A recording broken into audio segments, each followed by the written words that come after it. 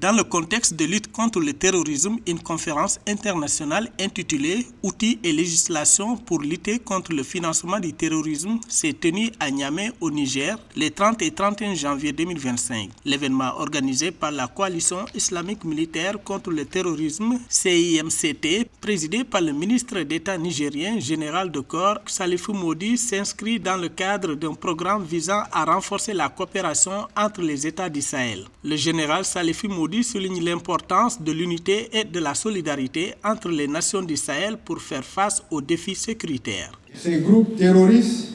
sont à l'origine de nombreuses exactions humaines, de destruction matérielle et plusieurs actions de sabotage, servant ainsi les intérêts de leur seul commanditaire qui les finance à coût de milliards de francs CFA. À cet égard, il convient de renforcer davantage toutes les synergies de lutte pour tarir les sources de ce financement de terrorisme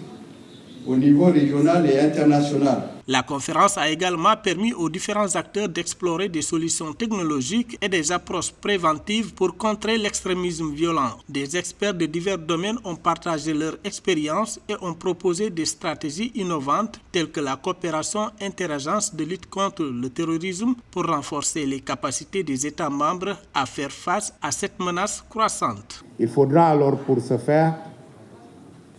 améliorer les mécanismes de coordination nationale et de coopération interagences en matière de lutte contre le financement du terrorisme, renforcer les politiques nationales de lutte contre le financement du terrorisme en cohérence avec les standards